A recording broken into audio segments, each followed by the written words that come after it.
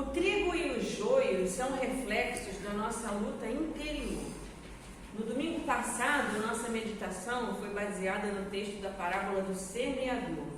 E dessa forma fomos convidados a refletir sobre nós mesmos, sobre nossa vida cristã diária, sobre a nossa santificação pessoal, que precisa ser uma busca constante na direção de sermos pessoas melhores a cada dia, dando ao estudo da Palavra de Deus um lugar de destaque em nosso cotidiano e deixando que ela, a Palavra de Deus, trabalhe dentro de nós. Foi o Fernando que pregou, na semana passada, e o texto da parábola do semeador. Tendo o referido texto do Evangelho como base, fomos convidados, no domingo passado, a interiorizar a parábola do semeador, fugindo da interpretação tradicional, onde cada semente representa um tipo de pessoa, e refletindo sobre nós mesmos, nas várias possibilidades e caminhos que podemos trilhar se colocarmos em prática ou não o estudo e a aplicação das Sagradas Escrituras no nosso dia a dia. Vimos que o nosso crescimento espiritual depende de quem? De nós mesmos, pois Deus já fez a sua parte. Como? Nos dando as Escrituras, o seu Filho para ser nosso mestre e o seu Espírito Santo, que pode agir em nós, nos tornando pessoas melhores, caso nós queiramos e nos dediquemos a isso. Hoje temos a parábola do trigo e do joio, e mais uma vez deixemos as interpretações tradicionais de lado e voltemos-nos para dentro de nós mesmos, refletindo sobre a nossa própria caminhada.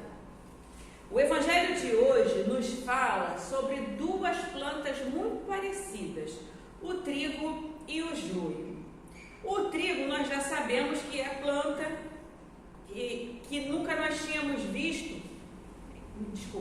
O trigo nós sabemos que é uma planta, mesmo que nós nunca a tenhamos visto, né? Um pé de trigo.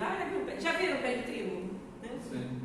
Já viu? Ah, que bom, porque eu nunca vi um trigo plantado, né? A gente só tem ele desidratado, né? Que a gente bota para enfeitar. Tem até um lá atrás, ó, perto da pia batismal, tem um raminho, né? Mas que bom! Se não conhece o pé de trigo, que coisa bacana, né? Nós sabemos que o trigo é fundamental em nossa alimentação e que está presente em nossas mesas praticamente todos os dias, salvo algumas exceções. Eu agora estou com um probleminha com o trigo, né? Porque ele tem uma proteína que me faz mal, passou a me fazer mal, né? Ou sei lá, não sei se sempre fez, mas agora veio o resultado, né? Que é o glúten. Mas graças a Deus não é uma coisa assim tão ruim, né? Que eu ainda posso dar uma escapulida e tal, mas é bom eu evitar. Eu preciso evitar o máximo possível coisas feitas com trigo, justamente por causa do glúten. Mas está todo dia na mesa de todo mundo, né? Pão, pizza, salgado, tudo, cara. Gente, tudo é feito de trigo. Eu acho que até a gente é feito de trigo. O joio é uma planta muito parecida com o trigo, mas não serve para alimentação. Na parábola do Evangelho de hoje, do texto do Evangelho de hoje, os empregados perguntam ao patrão se podem arrancar o joio do meio do trigo e recebem como resposta para que deixem o joio crescer junto com o trigo, pois separá-los antes do dia da colheita poderia trazer problemas, porque é muito parecido, ia acabar arrancando o trigo também e ia dar problema, né? Ia dar prejuízo. Se os separassem naquele momento, enquanto todos estavam plantados no mesmo terreno, como eu acabei de dizer, corria-se o risco de arrancar o trigo junto com o joio. Em uma sociedade basicamente agrícola, não havia muitas possibilidades de se cultivar plantas não comestíveis ou ornamentais nos canteiros destinados ao plantio de vegetais alimentícios, porque não podia desperdiçar espaço, né? Não dava para ficar plantando florzinha, né? Folhagem, não dava, né? Tinha que plantar comida porque é aquilo, né?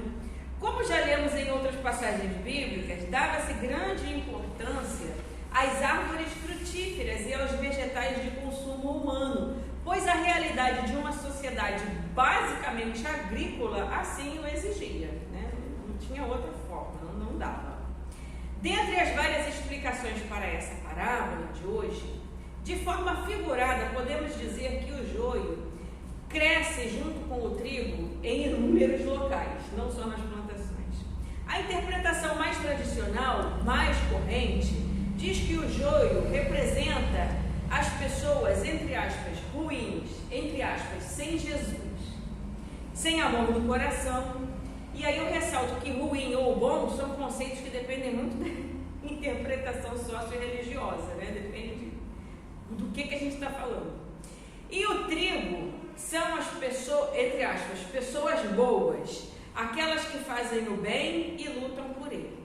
Todavia, convido vocês a meditar nessa parábola por um outro ângulo.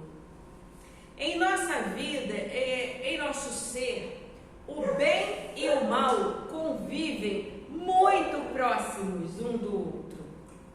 Estão sempre juntinhos. Somos pessoas ambíguas. Não há nesse mundo alguém que consiga ser totalmente bom ou totalmente ruim, por mais perversa que a pessoa seja, né? Aquela pessoa assim que é crápula, que a gente tem, né? Tem até asco, né? De olhar, porque a pessoa só faz coisa errada. Mas mesmo essa pessoa em algum momento faz alguma coisa boa, porque o bem e o mal andam junto. Por mais corretos que queiramos ser, sempre cometeremos algum erro, devido ao fato de muitas vezes a nossa natureza humana falar mais alto que a nossa natureza espiritual. Normalmente vivemos em uma constante luta interior, pois acontece de fazermos o mal que não queremos fazer e não fazermos o bem que queremos fazer, conforme nos explicou o apóstolo Paulo lá na carta aos Romanos, capítulo 7, 18 e 19. Ele diz assim: pois eu sei que aquilo que é bom não vive em mim, isto é, na minha natureza humana, porque mesmo tendo dentro de mim a vontade de fazer o bem, eu não consigo fazê-lo. Pois não faço o bem que quero, mas justamente o mal que eu não quero fazer é o que eu faço. E é bem isso, né? É bem isso. A gente vive nessa constante luta interior de fazer de querer fazer o certo e acabar dando uma escorregada, né? Em nosso interior, em nosso eu interior, sempre há uma disputa entre o joio e o trigo. Geralmente nós nem percebemos que isso acontece dentro de nós. A maioria não está nem aí, né? Nem percebe. É muito comum atribuirmos os nossos fracassos pessoais, as nossas quedas, a forças exteriores e sobrenaturais, quando na grande maioria das vezes somos nós mesmos os responsáveis por tudo isso. Pois a nossa natureza humana vive em constante luta com a nossa natureza espiritual. E devido ao nosso livre-arbítrio, deixamos que várias vezes a primeira vença a nossa natureza humana, infelizmente, né? Porque aí a gente acaba fazendo tudo que a gente não queria, como o apóstolo Paulo descreveu aqui, né? Relatou. O bem que eu quero eu não faço, mas o mal que eu não quero que eu corro. Aí a gente reza, né? Não nos deixe cair em tentação, mas livra-nos do mal. Aí a gente pede a Deus para não deixar a gente, mas a gente corre atrás da tentação. Tem isso, né? A gente mesmo vai lá correr atrás da tentação. E aí fica pedindo a Deus para livrar a gente da tentação. Mas é a nossa vida, tá? São os perrengues que a gente passa aqui nesse mundo. E a ideia é a gente vencer isso, né? A gente vencer a nossa inclinação para o mal. É lutar mesmo e vencer, tá? Mas se cair, depois levanta e vai lá. E continua, firme. Por outro lado, a parábola também nos adverte quanto ao perigo da tentativa de querermos um perfeccionismo espiritual. Então, assim, calma, né? Menos. Deixando até de parecer que somos gente. Aí começa a viver um personagem. E aí também dá tudo errado, porque não vinga. E o que é isso? Enquanto estivermos nesse mundo, nesse corpo, nunca alcançaremos a perfeição de modo a vivermos nela 100% perfeito, certo? Não dá, não faz parte aqui desse jogo da vida que a gente vive. O trigo e o joio sempre crescerão juntos dentro de nós, pois esse estado de coisas faz parte da nossa constituição humana e são desafios do nosso livre-arbítrio, que a ideia é essa mesmo, é a gente viver na constante luta e vencendo os obstáculos, né? E sendo cada vez melhores e tal. Mas vai ter sempre uma hora de fracasso, né? A gente pede a Deus, reza, torce e se esforça, que é o mais importante, para que a gente fracasse cada vez menos, né? Para que a gente cada vez menos caia em tentação, cada vez menos faça coisas que não deveria fazer. Esse é o objetivo, tá? Não é, não, a reverenda falou que tá tudo bem, é assim mesmo, tá? Não é assim, não é isso não, tá? Não é isso que eu tô falando. A gente precisa sempre se esforçar para não cair. Se por acaso acontecer, aí a gente tem que, né, ir lá reparar o erro, lógico, né, seja lá o que for, e melhorar, parar de fazer a coisa errada, né, e seguir pelo caminho certo, tá? Não é, não, tá tudo bem, não, tá tudo bem não, a gente tem que se esforçar. Entretanto, mesmo com essa dificuldade, né, dessa puxada para fazer coisa ruim, a santificação precisa ser uma meta para nós, tá? Um alvo, uma meta. Eu quero ser melhor, eu vou ser melhor. Seremos plenamente santos, sim. Quando? Quando nós deixarmos esse corpo material e passarmos a viver em espírito, no corpo glorificado. Mas aí já é uma outra etapa, né? E ninguém está querendo morrer hoje, né? Eu acho que não, né? Então a gente está aqui e a gente tem que continuar na batalha. Aqui nesse mundo, precisamos lutar contra tudo, todos, e contra nós mesmos, para melhorarmos cada vez mais. Como já dito, a santidade precisa ser uma meta, porém, não devemos ficar obcecados, tá? Fanáticos, nem 8 nem 80, gente. Por isso, não devemos ficar fanáticos por causa disso, né? Por isso, pois só alcançaremos plenamente a santidade na vida eterna. Cada batalha vencida é uma experiência que nos deixa um pouco melhores. Quando a gente tira uma lição dela, né? E aí a gente vai melhorando. Para isso existem as tentações. Para quê? Para que existe tentação grande? Para as vencermos, optando pelo caminho do bem. Para isso, contudo, às vezes a gente se empolga, né? Contudo, o fato de não termos como conseguir a perfeição aqui na Terra não nos dá o direito de vivermos displicentemente, como eu acabei de dizer. Não, então tudo bem. Não, calma aí. Fazendo tudo que é errado? Não. Conscientemente, ainda por cima, né? Não. E muitas vezes até criticando quem busca ser uma pessoa melhor, né? E ela metida, ela quer ser santo. Madre Teresa. Eu escuto muito isso, né?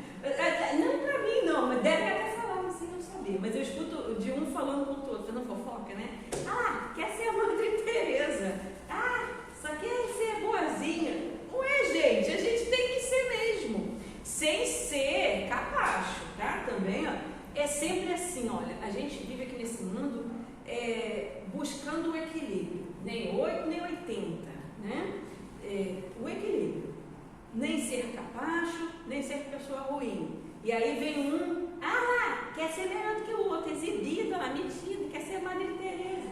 Esquenta não. Se está fazendo bem, se você está fazendo o que é certo, continue, deixa o outro falar. Porque também tem os invejosos que vêm pelo caminho. Igual da parábola do domingo passado, que o semeador semeia a semente, né? Aí vem o outro lá e cata tudo, né? E vem o corvo, aí vem o sol, vem os espinhos, né? Então, assim, a gente tem que estar sempre muito esperto, né? Bem atentos para essas coisas, tá? Vamos fazer o que é certo e quem quiser falar, que fale. Problema, deixa pra lá. Não vamos desanimar por causa do falatório alheio, não, tá? Exibido, quer fazer as coisas, tá fazendo caridade só para se exibir, olha lá. Deixa falar, faça o que tem que ser feito, tá? Por quê? Há pessoas que não fazem o menor esforço para serem melhores, para amar mais, ainda tem coragem de criticar duramente quem procura melhorar e quem trabalha pelo bem-estar do próximo, da sociedade, né, do lugar que vive, de todos. Aí vem esse camarada aí, né, essas pessoas criticarem. Então não dê ouvido, siga seu caminho. Essa atitude representa deixar o joio crescer e tomar conta de si. São pessoas que têm cara de trigo, mas são joio. Então, a gente não deve ser assim. A gente tem que procurar ser melhores a cada dia. O pior de tudo é que quando nós deixamos esses pensamentos e atitudes deploráveis agirem em nós, nós ficamos tão cegos que passamos a nos sentir as melhores pessoas do mundo, os donos da verdade suprema, nos tornando seres totalmente orgulhosos e egoístas, ferindo aos outros por puro prazer e achando isso lindo. Essas pessoas que eu estou falando, tá? Mas essas pessoas podem ser nós mesmos. Podemos ser nós mesmos, tá? Então a gente tem que estar sempre atento, sempre vigilante, sempre ligados, focados em Deus, fazendo oração, pedindo a Deus para ser melhor, pedindo o anjo da guarda para nos acompanhar em todas as nossas decisões, em todos os nossos caminhos, para Deus nos dar iluminação, para nos dar inspiração, porque as tentações, o senso comum estão aí para tirar a gente do caminho, tá? Para desviar a gente do que é certo, para deixar a gente se sentindo inferiorizado, como essas pessoas que falam, tá fazendo caridade só para se exibir, quer ser Madre Teresa, como se isso fosse um xingamento, né? Quem dera que a gente fosse um dedo mínimo da Madre Teresa, né? Poxa vida, né? Mas usam o nome dessa santa para desprezar a pessoa que quer ser boa, né? Que quer fazer o bem. Então, assim, muito cuidado, tá? As Escrituras Sagradas, em várias passagens, mas em especial no texto da Epístola de hoje, nos ensinam, Romanos, tá? Nos ensinam que não apenas nós, mas também o universo todo espera com ansiedade o dia em que Deus irá restaurar a sua criação. Se por um lado não devemos nos conformar com a nossa inclinação para o mal, com a nossa natureza separada de Deus, por outro lado, precisamos tentar ser pessoas melhores a cada dia, fazendo bem a toda a criação, não deixando que o joio que existe dentro de nós cresça mais que o trigo. A nossa plantação precisa ser desproporcional para o bem. A gente precisa ser melhor, fazer mais coisas boas. Os pés de trigo precisam existir em maior quantidade do que o joio dentro de nós, que teimam em crescer junto. Mas o trigo tem que se sobressair, né? Precisamos ser melhores sempre. Mesmo que a gente tenha ali uma quedinha, né? Uma dificuldade, mas que o nosso lado bom seja tão bom, tão melhor, tão maior, que as pessoas falem, ali, tem uma pessoa boa, ali, aquela ali é cristão mesmo, faz as coisas que Jesus ensinou. Quando Deus vier com os seus anjos restaurar sua criação, ou seja, quando nós passarmos dessa vida para outra e formos ao encontro do nosso Pai, que é esse que é o dia do juízo final, que nós nos apresentemos a Ele como pessoas que foram desejosas de viver uma vida diferente, cheia de amor a Ele, de amor ao próximo, praticando a bondade, a fraternidade e a solidariedade. Que sempre desejemos e procuremos ser trigo e jamais joio. Que Deus nos abençoe. Amém. Amém.